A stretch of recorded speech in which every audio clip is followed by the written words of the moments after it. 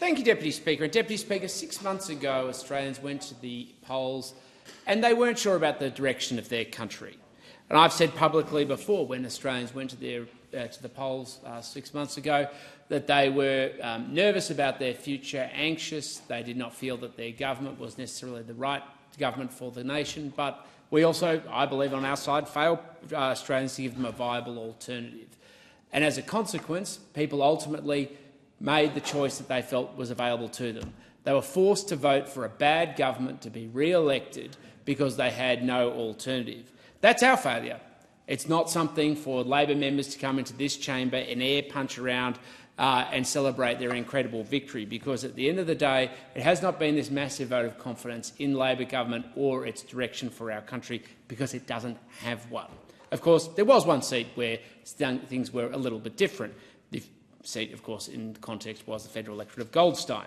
Now, of course, we're enormously proud of what happened in the context of the federal electorate of Goldstein, because what we saw was where hope transcended fear, where a campaign run from local residents standing up for the type of community we want to be transcended a lot of the issues that were presented by the former member.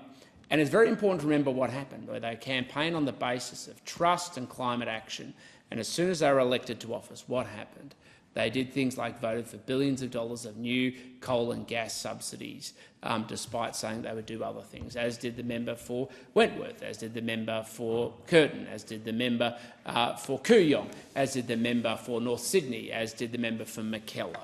And when you're campaigning on the basis of trust, and then you go and break such a pledge to your communities, it is a fundamental breach of trust with the community that will no doubt continue to haunt them for the rest of their political days, because that is really when you even had Senator Joyce and Senator Canavan didn't vote for these subsidies, but you had the members for Goldstein at the time, the member for Kooyong, the member for Mackellar, the member for Curtin, and the member for North Sydney at the time voting for billions of dollars of new fossil fuel subsidies. It raises a fundamental issue of trust.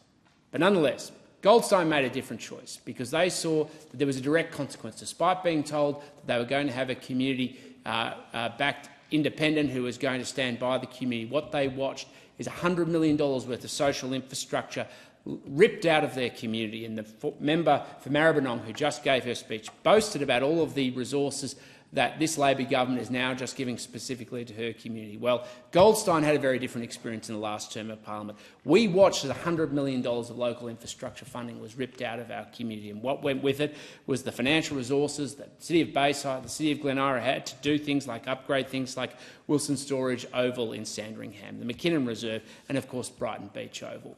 What it meant is that women don't have change room facilities in our community, despite consistent election commitments being made to be able to go on and deliver them. And this is the problem. Despite all the rhetoric, despite all the spin, Labor has failed the Goldstein community, and we are continuing to miss out. But now is the time for us to stand up, because in over the 6 months, this Labor government hasn't just failed Goldstein, it has failed Australia. I've never seen a time where we've got a government that has been so inept and disinterested in combating open corruption, and it's because there are cartel kickbacks that go between the CFMEU public projects all the way through to the connections to the Labor Party itself. Only last week we have an outrageous situation where Zack Smith— I'll just ask the member to pause. Can I ask to be withdrawn, please? On what grounds?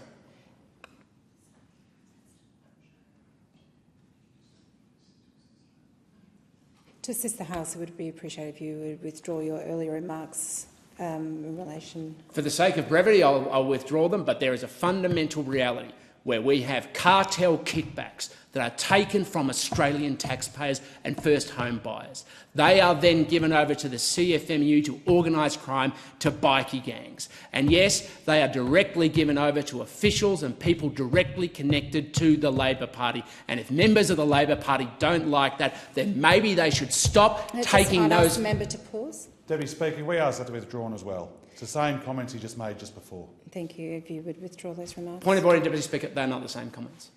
They are still a reflection on the members, and I think in the interest of progressing forward, I'd ask you to withdraw the comments. I'm happy to cease my speech. Thank you. President.